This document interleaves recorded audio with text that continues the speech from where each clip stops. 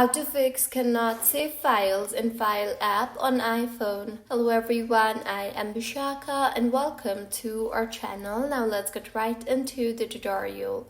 Firstly, launch the Settings application on your device and tap on General and then on iPhone Storage. Make sure your iPhone has enough storage space in order to save the new files.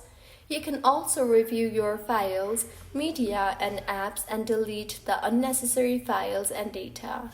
Next, make sure you have set your iCloud drive properly. So tap on your Apple ID and then on iCloud Drive.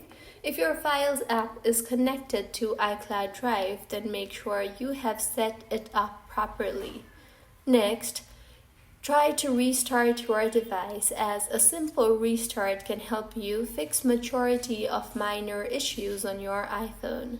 Once restarted, see if your issue is fixed or not, and if not, check for iOS updates in your software update settings.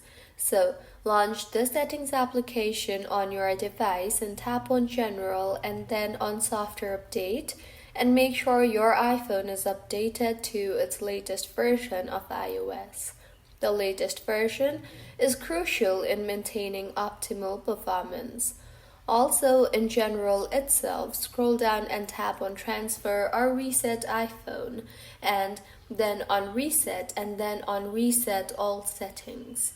Enter your Face ID or passcode and reset all settings. Doing this will reset all settings. Nevertheless, none of your data or media will be deleted.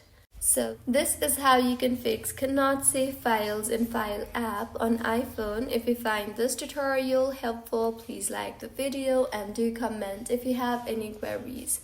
Also, do subscribe to our channel for more helpful tutorials like this. See you on the next one.